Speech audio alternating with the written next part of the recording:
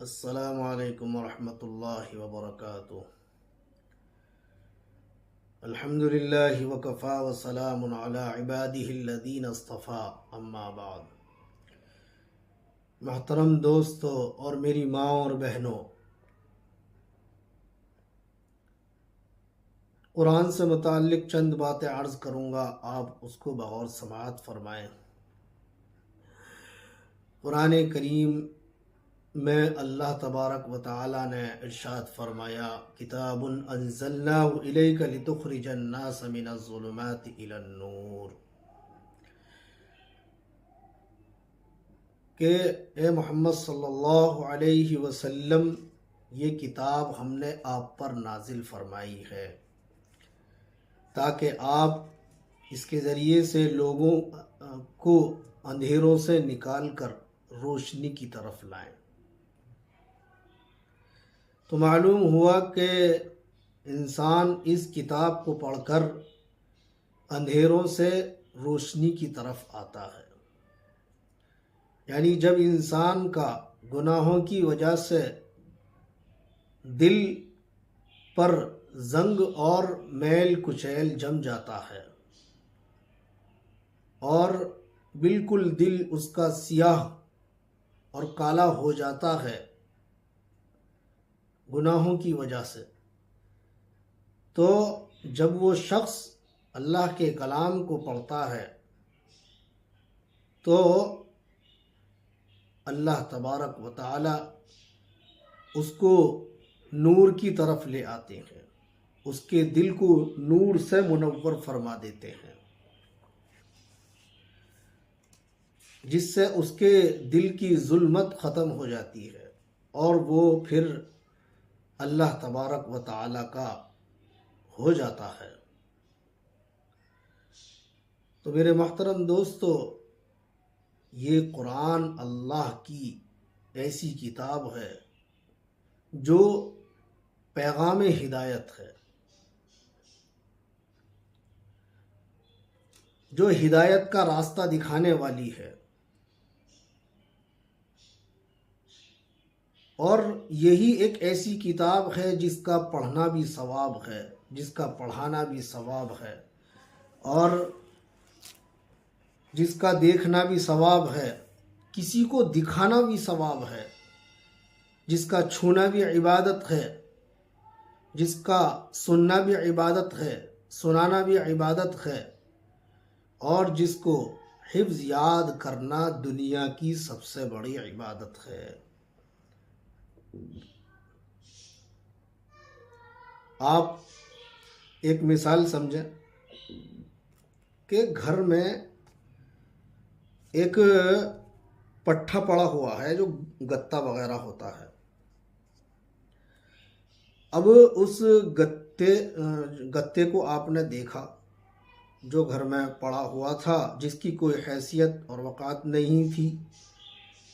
اب آپ نے سوچا کہ بھئی کیوں نہ اس گتے کو قرآن کی جلد بنا دیا جائے۔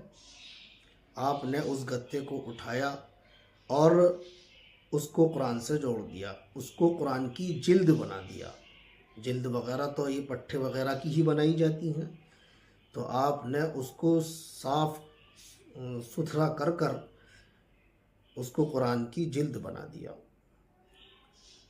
اب وہ جلد بن گیا تو اس کی نسبت قرآن کریم سے جڑ گئی۔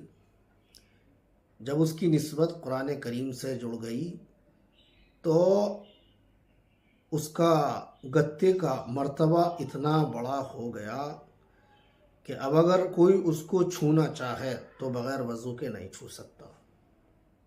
اس کو قرآن شریف کو کوئی ہاتھ لگانا چاہے تو اس کو کوئی بغیر وضو کے، بغیر پاک ہوئے چھو نہیں سکتا۔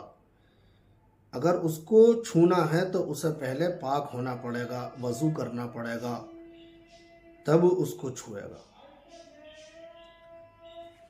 تو دیکھیے، اس میں جب ایک بیکار سے گتے کو اللہ تعالیٰ نے اتنی عزت اس کو دی، تو ایک انسان جب اس کو پڑھے گا اور پڑھائے گا تو اللہ تبارک و تعالی اس کو کتنی عزتیں عطا فرمائیں گے۔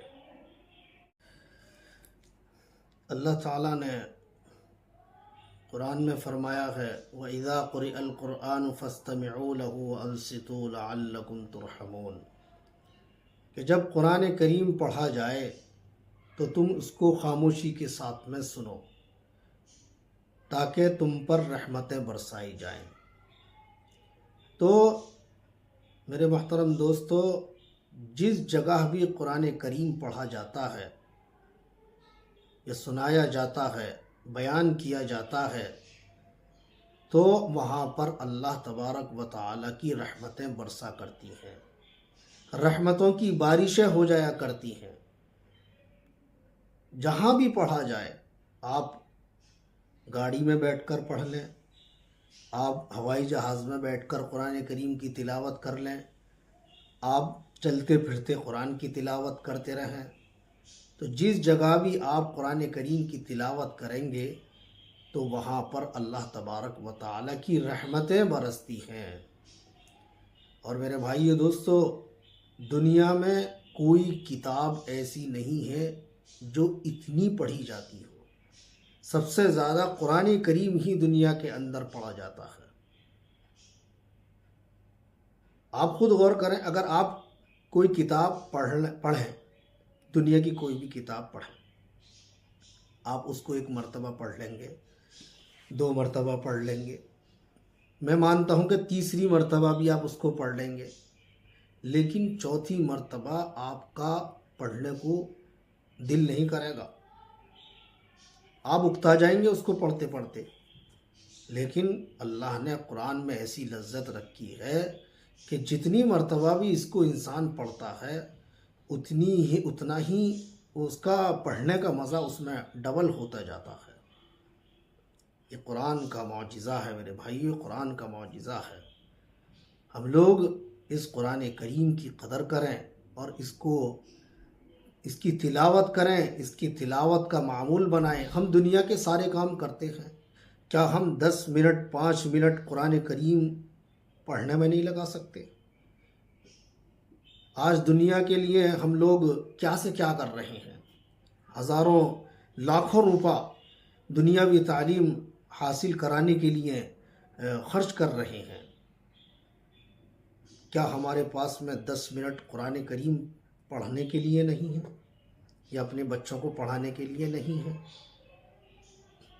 جو کتاب ہمیں جنت کی طرف لے جانے والی ہے، اللہ سے ملانے والی ہے، تو ہم اس کو چھوڑ رہے ہیں، اور ہم دنیا میں اتنے منہمک ہو گئے ہیں کہ ہمارے پاس میں سورہ فاتحہ بھی یاد کرنے کا وقت نہیں رہا ہے۔ میرے بھائیو، آؤ اس طرف بھی آؤ، اللہ کی کتاب کو پڑھو اور اپنے بچوں کو پڑھاؤ، اس میں ہمارا ہی فائدہ ہے۔ اللہ تبارک و تعالی ہمیں عمل کی توفیق عطا فرمائے۔ بس یہی چند باتیں عرض کرنی تھی، اور ہولے اور دوسری ویڈیوز میں قرآن سے متعلق باتیں بتائی جاتی رہیں گی۔